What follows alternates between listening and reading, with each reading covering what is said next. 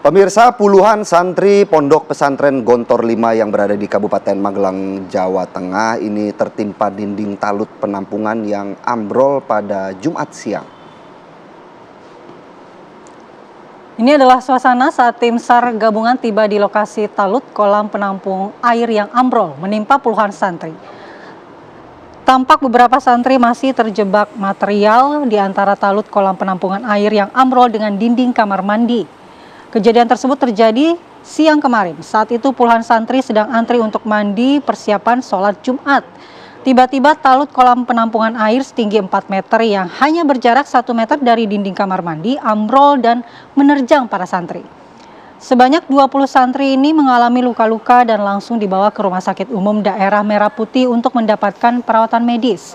Ada sejumlah santri yang kondisinya hingga saat ini masih belum bisa diketahui.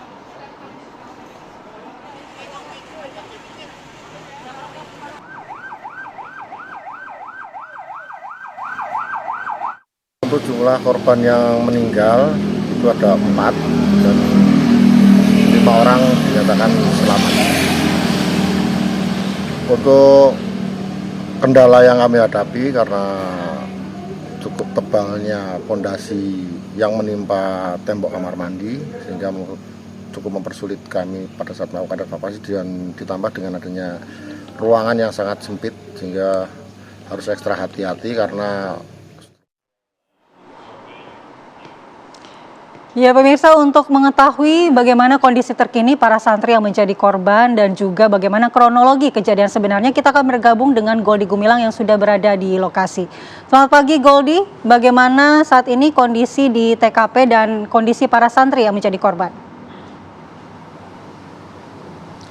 Baik, selamat pagi Andi Kumala dan juga pemirsa. Saat ini kami berada di Pondok Pesantren Darussalam Gontor Kampus 5, Darul Qiyam yang berada di Kabupaten Magelang, Jawa Tengah, di mana memang insiden yang terjadi pada kemarin terkait dengan ambruknya tembok kolam penampungan air yang menyebabkan puluhan santri di pondok ini mengalami luka-luka, dan data yang kami peroleh dari beberapa pihak yang melakukan evakuasi pada siang hingga malam hari kemarin maksud kami, ini berjumlah 4 orang meninggal dunia, sementara untuk korban lainnya mengalami luka-luka. Dan untuk lebih lengkapnya pemirsa, di samping kami ini telah bergabung sejumlah stakeholder mulai dari Kapolsek, Dandim, kemudian juga BPBD dari Kabupaten Magelang, dan juga ada pengasuh dari Ponpes di Kampus Gontor 5 ini. Pak Ismail, boleh bergabung bersama kami, nanti kami coba akan tanyakan terkait update dari beberapa korban santri yang terjadi insiden kemarin. Bapak izin dengan Bapak siapa? Ismail Abdullah Budi Prastia. Pak Ustadz Ismail selaku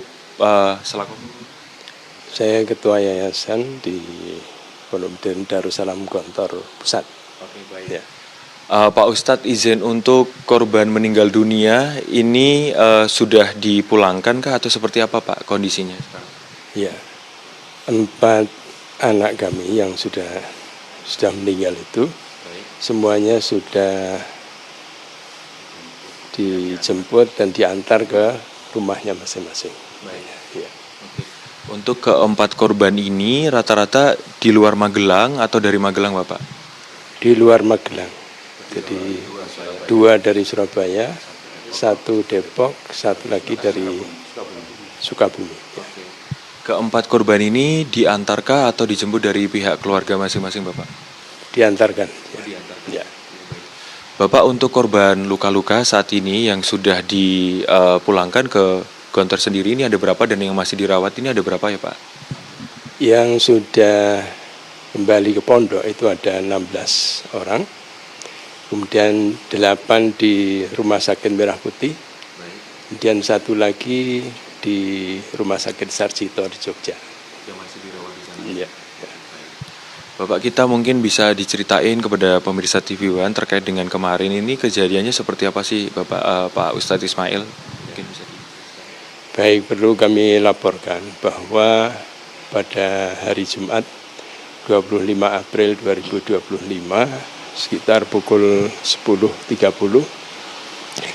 itu terjadi tanah longsor yang menyebabkan runtuhnya tandon air. Baik. Nah, pada saat itu memang santri-santri sedang antri untuk mandi karena mereka persiapan untuk sholat Jumat.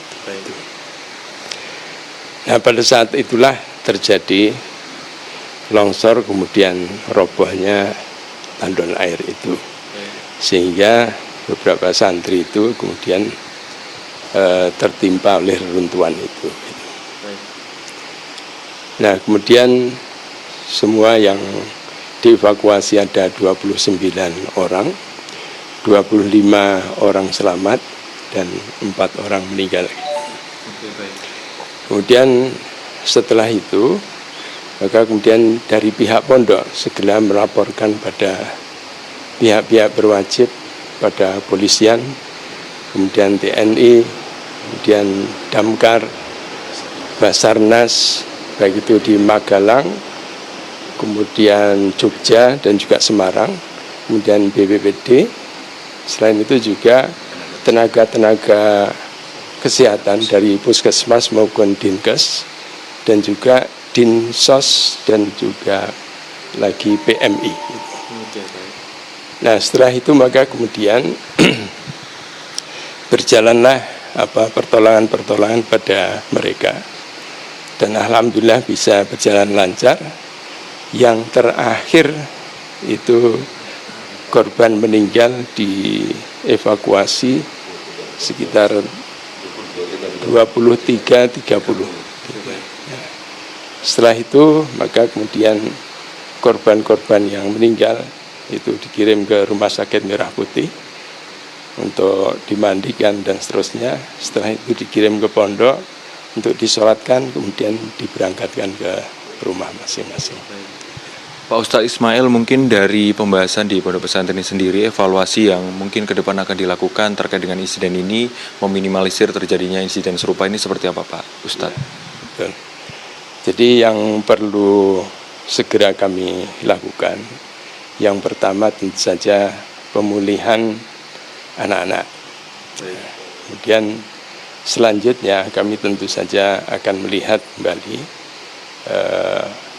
dari kejadian ini, perlu kami melihat bagaimanakah struktur atau struktur tanah yang ada di situ, mungkinkan untuk diperbaiki lagi atau harus dipindahkan ke tempat yang lain. Ya.